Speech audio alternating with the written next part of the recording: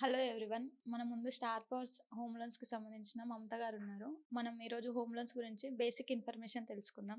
Hi మమత గారు. Hi శివలీల గారు. ఇప్పుడు మనం హోమ్ లోన్స్ అంటే ఏంది? హోమ్ లోన్స్ తీసుకోవాలంటే బేసిక్ ఇన్ఫర్మేషన్ చెప్పండి. అంటే హోమ్ లోన్స్ అంటే ఇట్లా 2 టైప్స్ ఉంటాయి. హోమ్ లోన్స్ ఉంటుంది. లోన్ అగైనెస్ట్ ప్రాపర్టీ ఉంటుంది. ఓకే. హోమ్ లోన్స్ అంటే ఓన్లీ కన్స్ట్రక్షన్ చేసేవాళ్ళు, ప్రాపర్టీ పర్చేస్ చేసేవాళ్ళు, అపార్ట్మెంట్‌లో ఫ్లాట్ పర్చేస్ చేసేవాళ్ళు. రీసేల్ ప్రాపర్టీ అంటే old house 20 years, 10 years back house purchase చేసేవన్నీ హోమ్ లోన్స్‌లో వస్తాయి. లోన్ అగైనెస్ట్ ప్రాపర్టీ అంటే ఉన్న ప్రాపర్టీ పెట్టి కొంతమంది లోన్స్ తీసుకుంటారు. అది పర్సనల్ యూజ్ కావచ్చు, వేరే ప్రాపర్టీ పర్చేస్ చేయడానికి కావచ్చు, దేనికైనా గానీ ఈ ఇల్లు పెట్టి లోన్ తీసుకున్నది లోన్ అగైనెస్ట్ ప్రాపర్టీ వస్తుంది. ఇప్పుడు హోమ్ లోన్స్ 2 టైప్స్ అన్నారు కదా మేడం. వాటికి మీరు డాక్యుమెంట్స్ ఏవి తీసుకుంటారు? ఎలాంటి ఇన్‌కమ్ ఉన్న వాళ్ళకి చేస్తారు? అంటే దీంట్లో ఇద్దరికి తీసుకుంటాం. సాలరీస్‌కి తీసుకుంటాము, సెల్ఫ్ ఎంప్లాయీస్‌కి తీసుకుంటాం. సాలరీస్‌కైతే వాళ్ళకి నెట్ ఇన్‌కమ్ ఎంతొస్తుంది? అదర్ ఇన్‌కమ్ సోర్సెస్ ఏమన్నా ఉందా? అలా తీసుకుంటాం. ఇప్పుడు ఆల్రెడీ వేరే ప్రాపర్టీ రెంటల్ ఇన్‌కమ్ కూడా వస్తుంది. లేకపోతే ఫ్యామిలీలో 2 పర్సన్స్ కూడా సాలరీస్ ఉంటాయి. వైఫ్ అండ్ హస్బెండ్స్ ఇద్దరుంటారు. ఎలిజిబిలిటీ కోసం ఇద్దరు సాలరీస్ కూడా తీసుకుంటాం. హస్బెండ్‌కి 50 సపోజ్‌గా హస్బెండ్‌కి 50,000 వస్తుంది. వైఫ్‌కి 20,000 వస్తుందంటే వాళ్ళ సాలరీ కూడా ఇద్దరిది కంబైన్ చేసుకొని ఎంతవరకు ఎలిజిబిలిటీ వస్తుందో చెక్ చేసి కస్టమర్‌కి ఇన్‌కమ్ చెప్తాం. దీంట్లో డాక్యుమెంట్స్ ఏం తీసుకుంటాం? ప్రాపర్టీ డాక్యుమెంట్స్ తీసుకుంటాం. మాక్సిమం 13 ఇయర్స్ లింక్ డాక్యుమెంట్స్ చూస్తాము. Some banks 30 years link documents చూస్తుంది. సేల్ డీడ్ మెయిన్‌గా సేల్ డీడ్ చెక్ చేసుకుంటాము. ప్రాపర్టీ చెక్ చేసుకొని ఇది వర్త్ అవుతుందా హోమ్ లోన్స్‌కి ఇవ్వడానికి కాదని ఒకసారి చెక్ చేసుకొని లీగల్, టెక్నికల్ కూడా ఒకసారి చెక్ చేసుకొని అప్పుడు డాక్యుమెంట్స్ చెక్ చేసి మనం కన్ఫర్మ్ చేస్తాం. ఇప్పుడు హోమ్ లోన్ తీసుకోవాలంటే సిబిల్ అనేది మ్యాండేటరీనా? ఎలాంటి సిబిల్ ఉన్న వారికైనా ఇస్తారా? హోమ్ లోన్స్‌లో కంపల్సరీ సిబిల్ చెక్ జేస్తారండి. ఎందుకంటే కొంతమందికి ఈఎంఐస్ కట్టకపోవడం, డీపీడీస్ ఉండడం వల్ల వేరే లోన్స్ తీసుకొని సెటిల్‌మెంట్స్ చేసుకోవడం. వాళ్ళకి ఇన్‌కమ్ సోర్స్ లేకుండా కొంతమంది సెటిల్‌మెంట్స్ జేసుకుంటారు. Financial problem. Compulsory CIBIL check జేస్తామండి. 650 ప్లస్ సిబిల్ ఉన్న వాళ్ళందరికీ మనం లోన్స్ ఇస్తాం. దాంట్లో గూడా మనం సిబిల్ చెక్ జేసుకొని వాళ్ళ ఎలిజిబిలిటీ కాదా చెక్ జేసుకున్నాకనే మనం లోన్స్ ఇస్తాం. Okay madam. ఇప్పుడు ఒక చిన్న డౌట్. కస్టమరు హైదరాబాద్‌లో వర్క్ చేస్తారు. వాళ్ళు విలేజ్‌లో గాని అక్కడ ఇల్లు కట్టుకోవాలనుకుంటారు. అక్కడున్న వాళ్ళకి ఇక్కడ వర్క్ చేస్తుంటారు. అలాంటి వాళ్ళకి గూడా లోన్స్ ప్రొవైడ్ చేస్తారా? లేకపోతే కస్టమర్ అక్కడనే వర్క్ చేయాలి, అక్కడనే తీసుకోవాలని ఏమన్నా? అలా ఏం లేదండి. కస్టమర్ ఇక్కడ వర్కింగ్. ఇక్కడ స్టే చేస్తున్నారు. బట్ ఆయన ప్రాపర్ వచ్చేసి వరంగల్ అనుకోండి ఓకే. సపోజ్‌గా. అక్కడ కూడా లోన్ ఇస్తాం. ఇక్కడ లొకేషన్. మ్యాన్‌గా చూసేదేంటంటే మ్యాండేట్‌గా అడ్రెస్ ప్రూఫ్ చెక్ చేస్తారు. కస్టమర్ ఎక్కడుంటున్నారని. ఓకే. కొంతమంది కస్టమర్స్ ఇక్కడున్నా గానీ వాళ్ళ పర్మనెంట్ అడ్రెస్ వచ్చి వరంగల్ ఉంటది ఓకే. సపోజ్‌గా. ఇక్కడ అడ్రెస్ ప్రూఫ్ ఏముందో దాన్ని బేస్ చేసుకొని మనము ఇస్తాం. ఎక్కడున్నా చేస్తాం. ఓకే. కస్టమర్ ఇక్కడుండి ప్రాపర్టీ వేరే వరంగలే కాదు. ఎక్కడ లొకేషన్ అన్నా మనం చేస్తాం కానీ, కంపల్సరీ హైదరాబాద్ అడ్రెస్ ప్రూఫ్ ఏదో ఒకటి ఉండాలి. ఓకే. దాన్ని బేస్ చేసుకొని మనం లోన్ ఇస్తాం. Okay madam. ఇప్పుడు మీరు 2 టైప్స్‌లో చెప్పారు గదా! దాంట్లో లోన్ అగైనెస్ట్ ప్రాపర్టీ అంటే ఏంది? దాన్ని ఎలా బేస్ చేసుకొని ఇస్తారు మీరు?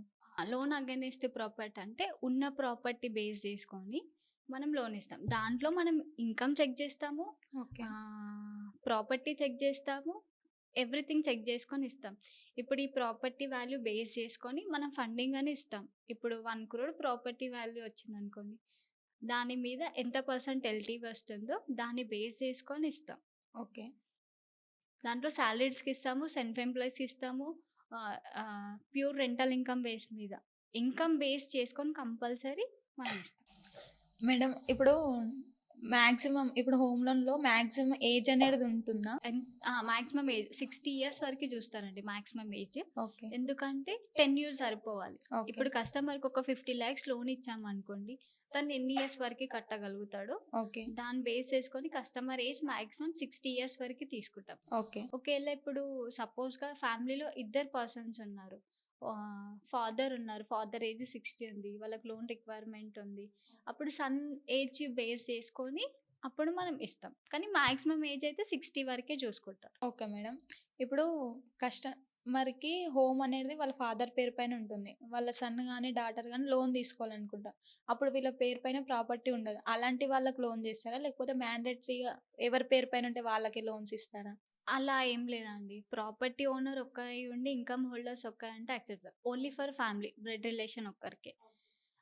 ఇప్పుడు నా పేరు మీద ప్రాపర్టీ ఉంది. సారీ, మా ఫాదర్ పేరు మీద ప్రాపర్టీ ఉంది. ఇప్పుడు నా ఇన్‌కమ్ పెట్టి తీసుకోవాలంటే తీసుకోవచ్చు. కానీ ఫాదర్ లోన్‌లోకి రావాలి. ఫాదర్‌తో పాటు నేను కూడా లోన్‌లోకి రావాలి. ఎందుకంటే ప్రాపర్టీ ఓనర్ నా ఫాదరు. ఇన్‌కమ్ హోల్డర్ నేను గాబట్టి నేను గూడా తీసుకుంటాను. Okay madam. ఇప్పుడు ఫాదరు లోన్‌లోకొస్తారు. మీరు లోన్‌లో అప్పుడు సిబిల్ అనేది ఇద్దరిది చెక్ జేసుకుంటారా? ఏ ఒక్కరిది బెనిఫిట్ ఉన్నా లోన్ వచ్చేస్తుందా? లేదండి. హ్మ్. ఇప్పుడు ఈ ఫాదర్ అండ్ సన్ కాంబినేషనే కాదు. నార్మల్‌గా హోమ్ లోన్స్ ఇచ్చే వాళ్ళందరికీ మనం సిబిల్ చెక్ జేస్తాం. ఓకే. ఇప్పుడు దీంట్లో అప్లికెంట్, కో అప్లికెంట్ అని ఉంటారు. హ్మ్. ఎవరైతే ఈ అప్లికెంట్, కో అప్లికెంట్ ఉంటారో ఇద్దరి ఇన్‌కమ్ చెక్ జేస్తాం. ఓకే. ఇద్దరు ఇన్‌కమ్ తీసుకుంటాము. లేదా ఒకరిదే ఇన్‌కమ్ తీసుకొని, ఒకరిదే ప్రాపర్టీ తీసుకుంటే అలా తీసుకుంటాము. ఒకరిది ఇన్‌కమ్ తీసుకొని, ఒకరి ప్రాపర్టీ తీసుకొని తీసుకుంటాం. కానీ కంపల్సరీ ఇద్దరి సిబిల్ చెక్ జేస్తాం. ఒకరిది సిబిల్ ఇష్యూ ఉంది, ఆయనకి డీపీడీస్, చెక్ బౌన్సెస్ ఉన్నాయి, సిబిల్ తక్కువ ఉందంటే ఇప్పుడు అపోజిట్ పర్సన్ కూడా అది ఎఫెక్ట్ పడుతుంది గదండీ! వాళ్ళు లోన్ తీసుకున్నప్పుడు వాళ్ళు కూడా ప్రాబ్లమ్ అయితది. కంపల్సరీ ఇద్దరి సిబిల్ ఓకే ఉంటేనే చేస్తాం. ఒకరిది సిబిల్ ఇష్యూ ఉండి, ఒకరిది క్లియర్‌గా ఉంటే అట్లా యాక్సెప్ట్ చేయలేం. ఓకే. ఎందుకంటే ఒకరిది ఒకరికి ఎఫెక్ట్ పడుతుంది కాబట్టి ఇద్దరు సిబిల్ చెక్ చేసి ప్రాపర్టీ ఓనర్ ఎవ్వరు, ఎవరు ఇన్కమ్ తీసుకోవాలి, ఎంతవరకు ఎలిజిబిలిటీ వస్తుంది, ప్రాపర్టీ ఎక్కడుంది, ఏంటిది ఎవ్రీథింగ్ చెక్ చేసుకున్నాకనే మనం లోన్ ప్రొవైడ్ చేస్తాం. బేసిక్‌గా ముందు అంతా చెక్ చేసుకున్నాకనే కన్ఫర్మ్ చేస్తాం. నార్మల్‌గా డాక్యుమెంట్స్ చెక్ చేసి లోన్ వచ్చేసిందంటే మనం ప్రాసెస్ మొత్తం చేసినాక కస్టమర్‌కి లోన్ రాకపోతే తనకు కూడా ప్రాబ్లమ్ అవుతుంది కదా! అందుకే మనం ఈచ్ అండ్ ఎవ్రీథింగ్ చెక్ చేసి ఈ ప్రాపర్టీకి ఎలిజిబిలిటీ అవుతారా లేదా కస్టమర్? ఈయన ఇన్‌కమ్‌కి ఇంత ఆయన అనుకున్నంత రిక్వైర్మెంట్ లోన్ అమౌంట్ వస్తుందా? రాదా? ఈచ్ అండ్ ఎవ్రీథింగ్ చెక్ చేసి, కేస్ టు కేస్ చెక్ చేసి అప్పుడు మనం లోన్ ప్రొవైడ్ చేస్తాం. ఓకే. ఓకే మమత గారు. Thanks for information. Okay friends. ఈరోజు మనం హోమ్ లోన్స్ గురించి ఇన్ఫర్మేషన్ తెలుసుకున్నాము. ఇంకా మీకు మోర్ దెన్ ఎలాంటి ఇన్ఫర్మేషన్ కావాలన్నా కింద స్క్రోల్ అవుతున్న నెంబర్‌కి కాంటాక్ట్ అవ్వాలి. Thanks for everyone.